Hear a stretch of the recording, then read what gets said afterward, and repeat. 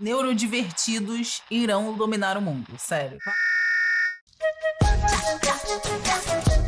Será que tem a ver com o TikTok? Passo largo. Será que é culpa da vacina, Norte? A gente vai descobrir.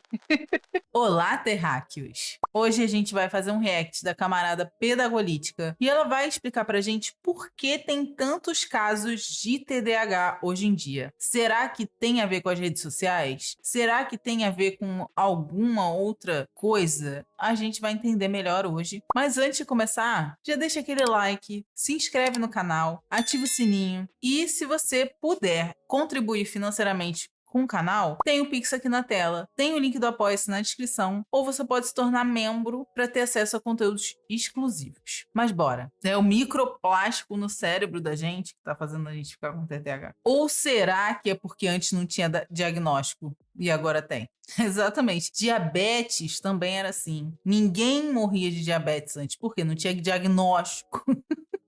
Ai, ai. Mas vamos ver o que a pedagoga vai falar. A primeira vez que o transtorno, que mais tarde viria a ser conhecido como TDAH ou transtorno do déficit de atenção com hiperatividade, apareceu no Manual de Diagnóstico e Estatístico de Transtornos Mentais, o DSM, foi no final da década de 1980, lá para a época que eu nasci.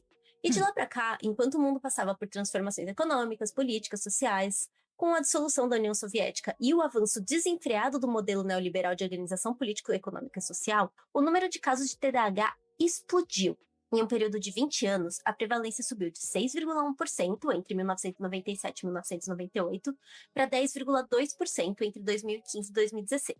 A estimativa do Ministério da Saúde em 2022 era de que 5 a 8% da população mundial teriam TDAH. E a verdade é que nos próximos anos esse número tende a aumentar. Especificamente na área da psicopedagogia na educação, uma das coisas que eu mais ouço dizerem é: ai, mas hoje em dia todo mundo tem TDAH. Ou então que isso é desculpa para ser preguiçoso, desorganizado ou para não fazer as coisas. Gente, sério, tudo que eu queria é que fosse apenas uma desculpa. Porque desculpa você o quê? Deixa de dar e vai fazer o negócio, mas não é uma desculpa, tá? Não é uma desculpa, a nossa vida é complicada. Mas será que isso tem algum fundo de verdade? A real é que pelo menos a primeira parte, sim. E nesse vídeo eu vou explicar direitinho, tanto o motivo pelo qual houve um aumento tão grande no diagnóstico de TDAH e também o porquê de tanta gente se identificar com os sintomas desse transtorno na nossa sociedade atual. Mas antes da explicação, eu vou pedir para você já deixar o like no vídeo, se inscrever no canal se ainda não for inscrito. E caso você queira ajudar o canal a continuar crescendo, trazendo conteúdo informativo de forma crítica para a internet, você pode também se tornar um apoiador no Apoia-se. E para cada nível de apoio tem um tipo de recompensa que vai estar descrita direitinho por lá. Mas voltando ao assunto, a primeira coisa que a gente vai precisar entender é que quando a gente fala de déficit ou de deficiência se relacionando a questões de seres humanos, ela só existe quando a sociedade entende alguma característica das pessoas, ou a ausência delas, como incapacitantes de que elas façam algo. Para ficar mais fácil de entender, pensa numa pessoa que nasce cega. Ela só vai descobrir que falta uma habilidade para ela, no caso a de enxergar, quando alguém disser isso para ela. Afinal de contas, a gente não tem como sentir falta de algo que a gente nem sabe que existe, ou que a gente nunca teve. E essa relação com a ausência, ela vale também para o TDAH e para qualquer outro transtorno ou deficiência. A diferença é que no caso do TDAH ou de transtornos neuropsicológicos, o fato deles acontecerem na forma como o nosso cérebro funciona faz com que seja um pouquinho mais difícil para algumas pessoas de entenderem ou aceitarem a ideia de que existe alguma coisa diferente naquela pessoa. E eu vou explicar um pouquinho melhor a questão do funcionamento do cérebro do TDAH daqui a pouquinho. Mas antes, se a gente parar para pensar nas principais dificuldades de quem tem TDAH, elas são decorrentes de algumas conexões diferentes no córtex pré-frontal, que é a parte do cérebro que fica aqui na frente que controla a nossa autorregulação e a atenção. E elas se manifestam através da dificuldade da pessoa de se dedicar a tarefas que não são do seu interesse por longos períodos de tempo. Se a gente parar para pensar nas principais dificuldades de quem tem TDAH, elas são decorrentes de algumas conexões diferentes no córtex pré-frontal, que é a parte do cérebro aqui na frente que controla a nossa autorregulação e a atenção. E elas se manifestam através da dificuldade da pessoa de se dedicar a tarefas que não são do seu interesse por longos períodos de tempo, Ao mesmo tempo que essa mesma pessoa pode passar horas e horas focada em algo que é visto como completamente inútil pela sociedade, mas que é interessantíssimo para ela. O que pode acarretar em algumas dificuldades de compreensão nas convenções sociais. E você já deve ter percebido isso em alguém quando você encontrou um amigo e ele resolveu que o meio de uma festa seria o melhor lugar do mundo para ele te contar sobre a teoria incrível dele sobre o Tom Bombadil, aquele personagem do Senhor dos Anéis que aparece por 3 segundos no primeiro livro e um pouquinho no Silmarillion e que ninguém sabe o que é porque o Tolkien morreu antes de falar sobre ele. Sem nem perceber que você não tem o menor interesse naquilo porque a pessoa assume que como aquilo é muito interessante pra ela, pode ser muito... Com certeza vai ser muito interessante pra você também. Aquele momento em que Nika me para às 5 horas da manhã pra me contar tudo sobre o capítulo novo de One Piece. Ou tudo sobre música, ou tudo sobre algo que ele gosta muito. Aquele negócio do hiperfoco que a gente tá com um negócio. Gente, a nossa vida é uma caixinha de surpresa, literalmente, né? É isso, não importa qual momento, qual hora for. Se aquilo for interessante pra pessoa que gosta de falar daquilo, ela vai falar por horas e horas seguidas. E você, se for uma pessoa que aprecia o convívio com uma pessoa desse tipo, vai achar incrível, vai achar lindo, vai achar, olha que legal, olha que bonito é de ver a pessoa falando com tanto entusiasmo a parada que ela gosta, sabe?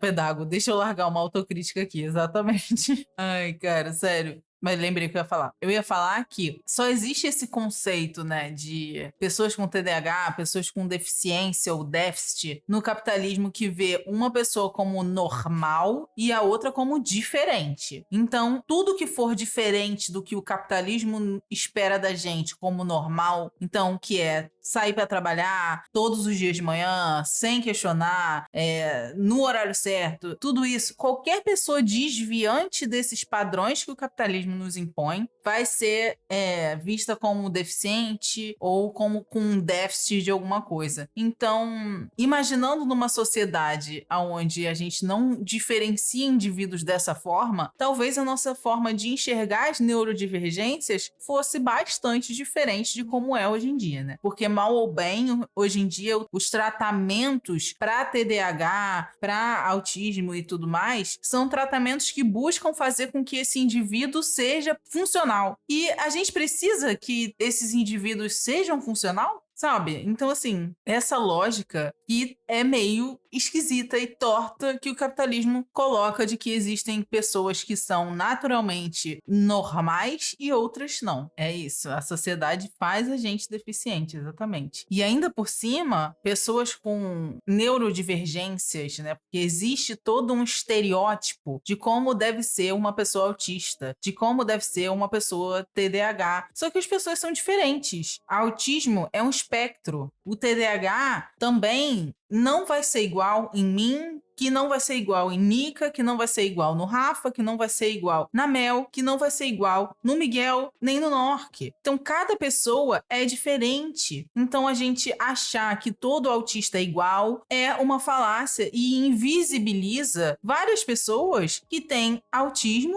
e que não aparentam ter autismo, porque, né, não existe um estereótipo do que deveria ser uma pessoa autista, uma pessoa com TDAH. Isso foi algo que foi criado mediaticamente também, né? Não tem como a gente falar que não. E que é muito prejudicial, inclusive, para diagnosticar. Nós, mulheres, temos uma dificuldade gigantesca de sermos diagnosticadas com autismo, porque a sociedade nos exige tanto que a gente mascara um tanto de sintoma para se fazer produtiva, para se fazer naquele produtivismo do capitalismo, né? Então, é também muito doido. Exatamente, precisa ser útil para o sistema. Tudo que não é útil para o sistema vai estar errado. Vai ser sem valor. Exatamente. Eu dei um exemplo muito específico aqui falando de Senhor dos Anéis, mas isso pode funcionar para qualquer coisa, inclusive marxismo.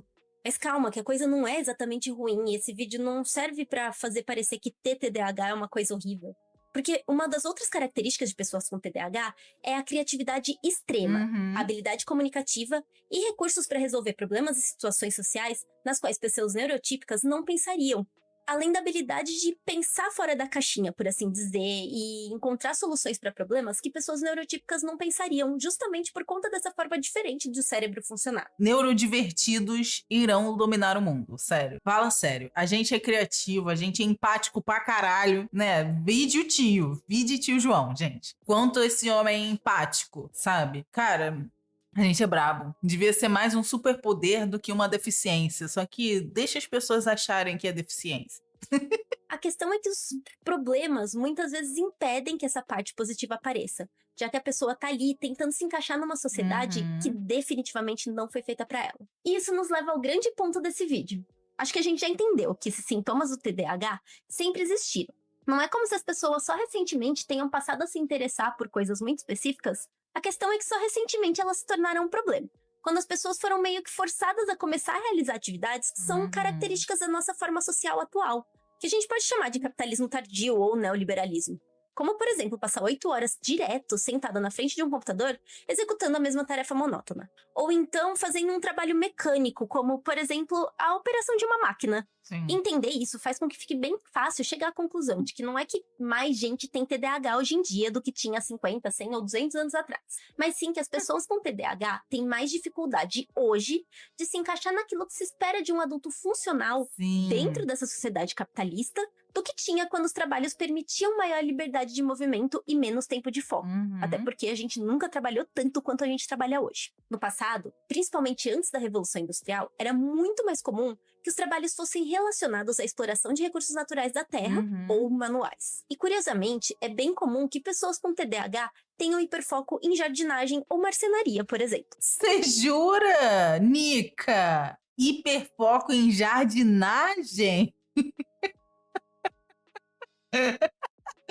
Ai, cara, sério. Ano passado, a pessoa com TDAH era provavelmente aquela que passava o dia todo na floresta cortando madeira ou plantando, e enquanto ela fazia isso, ela ficava conversando ou cantarolando. Ou podia ser a artesã, que ficava o dia todo num estúdio criando objetos que seriam utilizados por outras pessoas, seja para ajudar com as suas tarefas, como jarros e potes, ou então como enfeites, o que permitia extrapolar justamente aquela habilidade de criatividade que eu falei mais cedo no vídeo. Ou então ainda aquela pessoa que cozinha, que cria, que desenha. O fato é que essa forma diferente do cérebro de funcionar não era um problema para as pessoas no passado, porque elas conseguiam executar a função social que era atribuída para elas na sociedade de forma adequada, já que a gente não precisava se encaixar a um trabalho mecânico como hoje em dia. É relativamente recente na história da humanidade a preponderância desse tipo de trabalho que exige um tempo de inércia e foco que não parte da nossa vontade em relação a esses trabalhos manuais. E isso, somado ao modelo capitalista de trabalho que exige da gente uma postura específica, um jeito certo de falar e uma organização mental que é exaustiva até mesmo para as pessoas neurotípicas, vídeo tanto de gente que está sofrendo de burnout nos últimos anos. Tudo isso somado à diminuição de tempo livre e de oportunidade da gente se exercitar, de fazer outras coisas no nosso tempo e de nos dedicarmos aos nossos interesses pessoais é onde reside o problema do TDAH. E isso explica muito melhor o aumento dos casos diagnosticados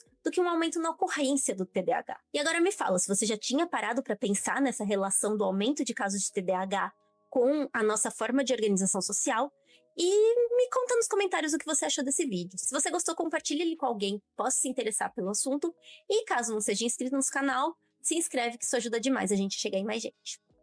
Gente, pudemos perceber então, né, que na verdade o problema não é mais casos de TDAH, né? O problema é o capitalismo tardio fazendo com que a gente tenha que ser produtivo além do que a gente consegue, ser útil além do que deveria, né? E não tendo tempo de descanso, não tendo tempo de ser criativo, não tendo tempo de ficar em contato com a natureza, de fazer um exercício, de fazer coisas que vão melhorar o nosso bem-estar. E a gente tendo que se adaptar a essa rotina tão estressante faz com que, né, os casos de TDAH tenham surgido mais nos últimos anos, porque também tem aumento de diagnóstico e porque a crise do capitalismo está ficando cada vez pior, não é mesmo? Então a gente tem o quê? Que lutar por uma escala de trabalho que seja menos desumana, quanto a escala 6x1, por melhores condições de trabalho, por mais igualdade e menos desigualdade social, melhores condições de vida, e isso a gente só vai conseguir como? Organizando a classe trabalhadora. Então, organize o seu ódio. E se tiver precisando de ajuda para cuidar da sua saúde mental, no link da descrição tem o contato do Sameca para você procurar um psicólogo, uma psicóloga, um psicólogo que vai te ajudar nesse processo. Inclusive, se você tiver suspeita de TDAH, de autismo, a gente também tem avaliação neuropsicológica, tá bom? E é isso, espero que vocês tenham gostado desse vídeo. Já deixa aquele like, se inscreve no canal, ativa o sininho para não perder nenhum conteúdo novo. Se você gosta do meu trabalho e pode contribuir financeiramente, tem o Pix aqui na tela, o link do Apoia-se tá na descrição, ou você pode se tornar membro aqui do canal para ter acesso a conteúdos exclusivos da área de membros.